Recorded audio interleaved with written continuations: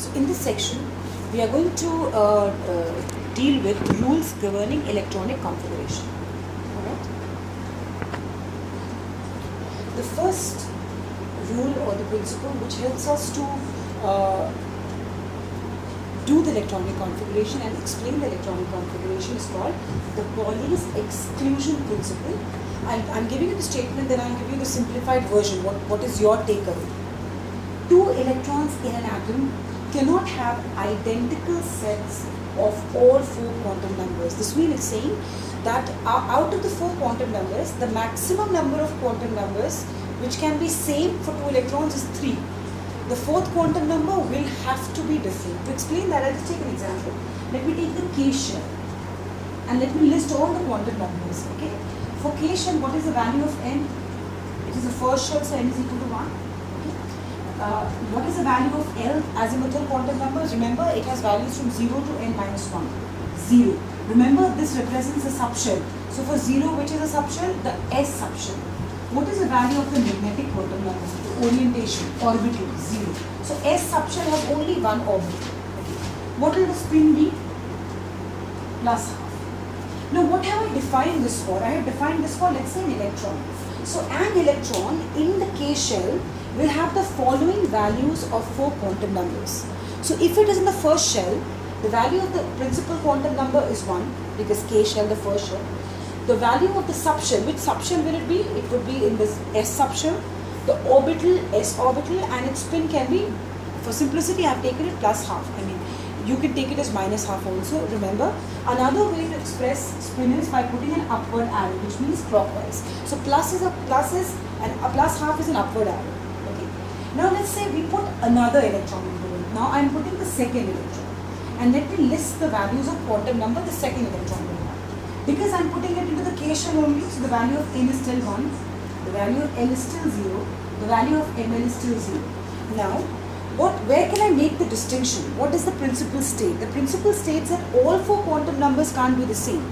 Now, mathematically, there is no other way for these quantum numbers. These have to be the values which I have written here. There is no other mathematical value possible for n equal to 1. What I can change here is the spin. So let's say the second electron has a spin of minus half. Remember, alternately given as a downward arrow or an anti-clockwise spin. Also, by your knowledge of physics, you know that an electron is a spinning electron has a charge, has a magnetic field around it. So any electron or any charged particle which is moving has a magnetic field around it. So these two electrons both behave as tiny pieces of magnet. Now, if this is the north pole, this would be the south pole. So the only way I can fit two electrons together in a small orbital is to have paired spins. I mean, the spins will have to be opposite. That is how you can keep two magnets together, because you cannot keep two charges which are same. Remember, both are electrons, so they have a lot of repulsion between them. So the only favorable condition, or the only thing that works in their favor, is when you pair the spins up. In other words, when the spins are opposite, or when the north pole and the south pole of the magnet are together, which ensures that the electron is stable, the system is stable. Now I want to put the third electron. Remember, I can't violate this principle. Now for the K shell, n is still 1, L is still 0, Ml is still 0. The only thing I can vary is spin. Now whatever the value of spin I take, whether I take a plus half or the minus half, I am violating this principle. What does the principle say? That no two electrons can have all four quantum numbers same. So I obeyed the rule for the second electron because I varied the fourth quantum number. But if I want to put the third electron, I will have to repeat either of this.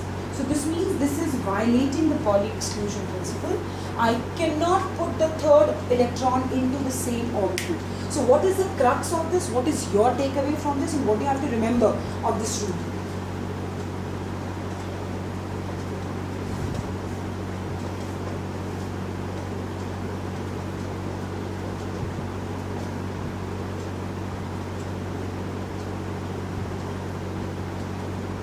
Very, very important. This is your takeaway. An orbital cannot have more than 2 electrons. So whichever orbital I'm talking about, the moment I try to put the third electron in, it is going to violate the Pauli exclusion principle. And now quickly taking you to what you had learned in your previous grades. So I said this is in violation, so I'm just removing this. So how many electrons could I fit into the s orbital? The s subshell and the s orbital, I fit it in 2. I put in 2 electrons that go into the K shell. So K shell is 2 electrons, remember this. Okay? Now we're moving on to the L shell, just to give you an idea of how many electrons we fit in. Now for the L shell, what is the value of the principal quantum number? N is 2. The possible values of L or the subshells are 0, 1. In case you've forgotten, what are the possible values L can take? 0 to n minus 1. So 0, n minus 1, 1. What are the possible values of ML? Remember the orientation. For the S subshell, the orientation is 0. Only one orbital. This gives us the orbital.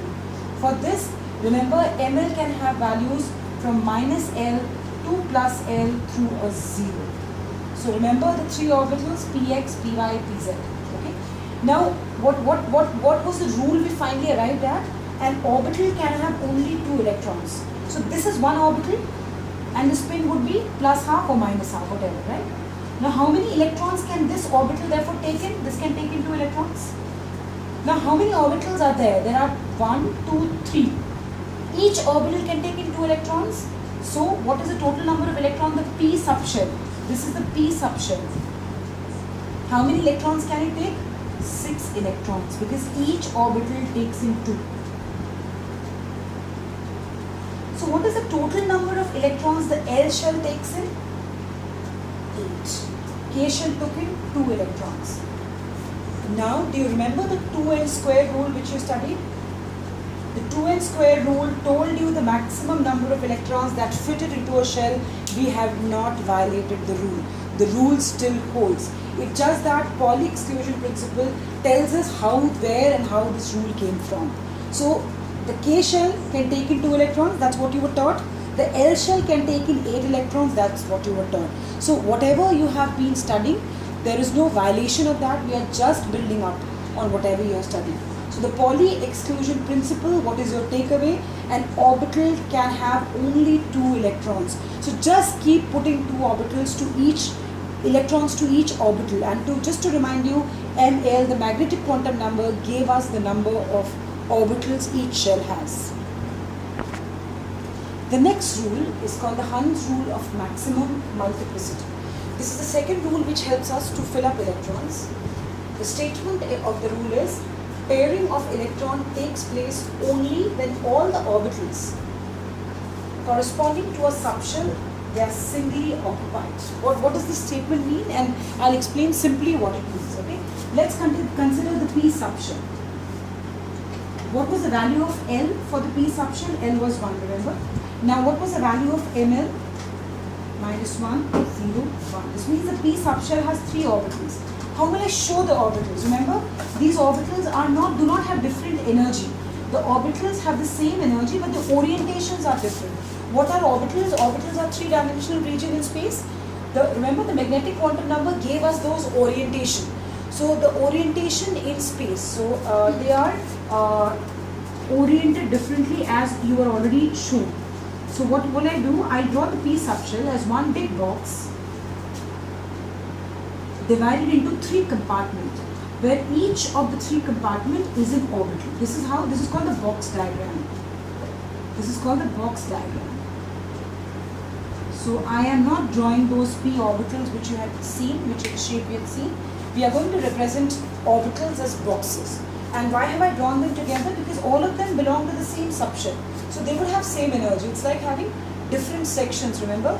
The school, classes and sections. So sections were orbitals, so all sections belong to the same form. So whether it's IB1A, IB1, B, C or 11 science S1 or 12 S, S1, whatever, they all belong to the same energy level. So the energy level, they belong to the same category. So one box divided into orbitals, alright? Now, what does the rule state? The rule states that pairing of electrons will start when all the orbitals are singly occupied. Now what does it mean? Think of this as a compartment of a train or a bus you are driving in, right? And these are, let's say, the window seats. So when given a chance, especially when we were younger, we would always try and occupy these window seats. The window seats were much more important than sitting up and pairing up with friends when we were younger. So how do we show the rule? This means there are two ways. Suppose I have 3 electrons to fill. I have 3 electrons to fill in these orbitals. How do I fill them in? There are ways to do that, right? I can put 2 electrons into one and 1 electron into other. Why can't I put more than 2 into one? I would be violating the Pauli exclusion principle. Okay. What is the other way of doing it? Another way of doing it is giving each electron a window seat. So this means I don't start pairing up. Now understand the rule. The Hund's rule of maximum multiplicity states that you need to give each orbital 1 electron before you start pairing them up. In simple words, pairing will start only when all the window seats are occupied. So you first occupy all the window seats. When the window seats are all occupied, they're all gone, you're forced to pair up. So like human beings, electrons also have a tendency to stay away from each other as possible. Human beings don't try to stay away from each other, but when we have window seats, that becomes a priority. So electrons will first go into the window seat and then they'll start pairing up. Now if you think a little logically, this is what is expected behavior also. Because electrons are negatively charged, right? Now putting two electrons together puts a little strain on them because they are definitely going to repel each other. So the best likelihood is first put them into different orbitals. Only when I reach a stage where there are no more orbitals available, then I start pairing up. So when I have the 4th electron, I start pairing up. Okay, this is what it means. So pairing up will start only when the orbitals corresponding to a particular subshell. So here I am talking about the p subshell. When all these orbitals are singly occupied, only then I can start pairing. So this is incorrect way of putting the electrons. The last and the most important principle is called the aufbau or the building up principle. Okay? This is basically says how the electronic configuration should be built up. It simply states that while we are filling up electrons in the ground state of an atom, we have to proceed in the order where the lower energy orbitals are filled first and the higher energy orbitals are filled later. Okay, so it is in terms of increasing energy. So we first fill the lower energy orbital. When they're completely filled, we move on to the next level. Okay. Now there are rules for calculating. How do I figure out which orbital will have more energy and which orbital will have less energy? There are rules, and there are rules for calculating energy. There is also a simple rule which helps you to put things into perspective. Okay. The rule is called the n plus L rule, where n is the principal quantum number and L is the azimuthal or the subsidiary or the secondary quantum number. The rule simply states that any orbital having a greater value of n plus L has greater or larger amount of energy. To see what it means, suppose I have a choice between 1s and 2s, I have to decide which of the 2 orbitals should be filled up first, because according to the Aufbau principle, I need to fill the lower energy orbital first. Only once it's full can I move up. So I go ascending order, the lowest to the maximum, the least to the most. Okay. Now what is the value of, now this is how things are written, right? Where the first letter represents the principal quantum number and the second is the subshell, which gives us the value of n. This is how they are written. So let's see what is the value of n. The value of n is 1 and L, this is S. What is the value of L? For S subshell it is 0. N is 2. The number written before the subshell represents the principal quantum number. And again for the S subshell the value is 0. Now let's take the sum of the n and the L. Very simple that this would have larger energy. So when we have a choice between between the 2 orbitals, how do we decide which has more energy? By taking the sum of n and L. And this is how they are represented. So the orbitals are written as, the principal quantum number is written first, following the orbital or the subshell which it represents. So 1s represents the first energy level and the s subshell or the orbital. 2s represents the second energy level and the subshell. So obviously 1s will be filled first because it is lower energy, 2s will be filled after 1s is filled up. Now suppose I have the next set of problem now. Suppose I have to use the same n plus rule to decode which of them would be filled up first. Okay. So what do I do? Remember, what is the numerical value stand for? This stands for the principal quantum number, and this is subshell L. So what is the principal quantum number for this? 3. What is the value of L for S subshell? It's 0. Now again the numerical value stands for the principal quantum number. This gives us the subshell. And what is the value of L for the P subshell? Look back at previous lectures. L is 1. This is 2. So let's add them up.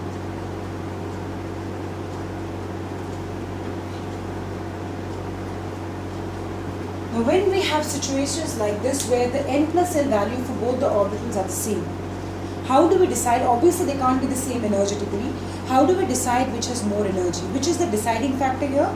If the n plus L value for two subshells or orbitals comes out to be the same, then look at the value of n.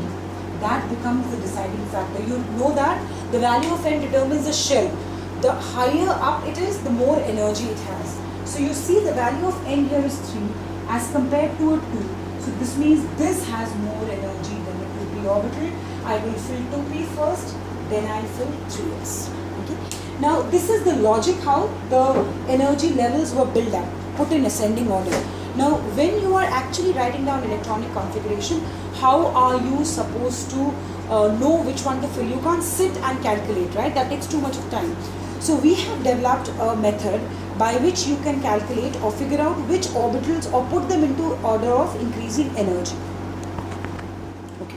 So what am I going to do? I have written the value of n here. These are the values of n. Now I'll write the subshells. If you remember your previous lectures, you would remember the number of subshells is equal to mathematical value of n.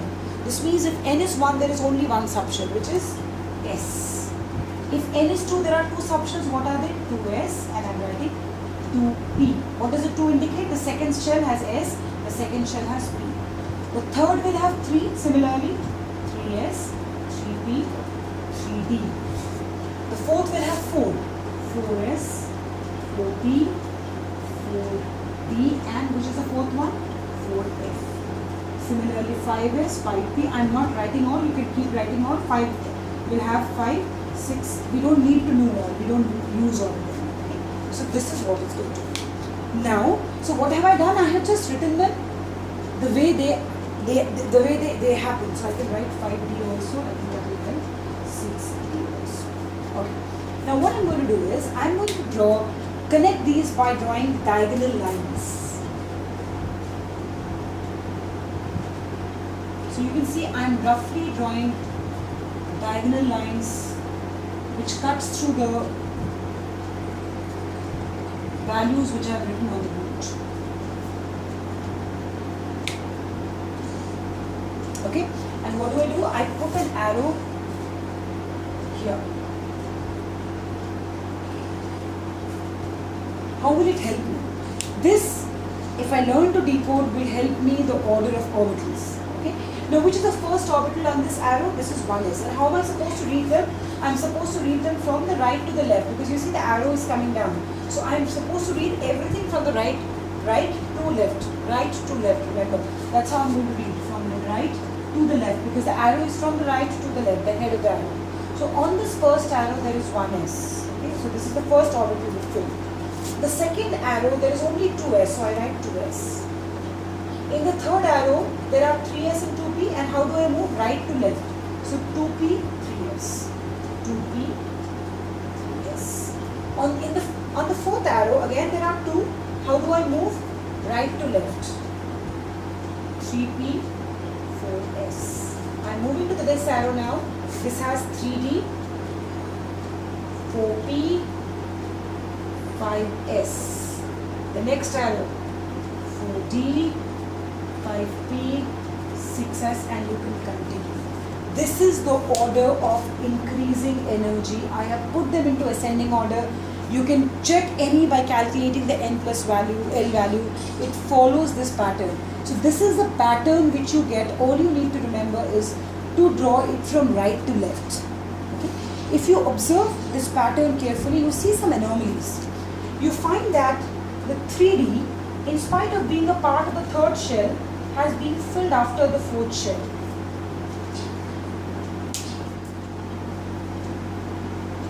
Okay, which according to the n plus value is perfectly correct way of representation. The value of n plus L is 5 here, the value of n plus L is 4. So this has more energy. So this is the order. You really don't have to learn it. If you are able to write it like this, and by the time you end this chapter, you would be thorough with the way these shells are written. You do not have to learn this order at all. Before I teach you electronic configuration, the representation of the electronic configuration is very important. There are two ways of representing electronic configuration. The one way where we write down numbers and show, the other is a box diagram. Okay, I'm going to show you both. Now, how do we write electronic configuration? N, the principal quantum number is written first, followed by the value of the subshell. Okay, so this is the subshell. This is the shell. If there are orbitals, we write that as well. And the number of electrons are written.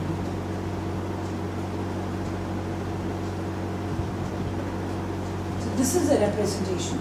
So suppose I am just randomly writing something, I am just showing you how it's written. So this is, what does it represent? This is how they are written.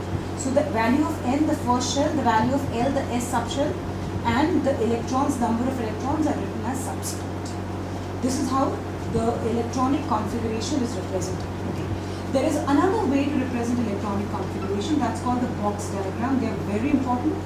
And box diagram is much more logical because it helps us to do a whole lot of things beyond writing electronic configuration. The box diagram, each subshell is represented by a box. So we represent a subshell by a box. And if there are orbitals, as a part of the subshell, we divide. Okay, for example, the S subshell is one box because the orbital, it has only one orbital. The P subshell is one box. How many orbitals does it have? 3. So we divide into 3 compartments. The D subshell, what was the value of L for D subshell? 2. So what are the values of ML? Minus 2 to plus 2 through 0. So minus 1, 0, plus 1. So 1, 2, 3, 4, 5 values. So D subshell is one big box which has 5 compartments. So that is how the box diagram is shown. The box diagram is shown by drawing a box for a subshell, dividing it into orbitals. Why are we dividing? Because what is our assumption? Our assumption is that all these orbitals have the same energy. So we put them together because this means it's a compartment, like a bus. One bus will go to only one place, wherever the window seats are. Similarly, this is one shell, subshell. The subshell, all the orbitals have the same energy. So D subshell has 5 orbitals which are part of the big subshell. So that's how they are drawn.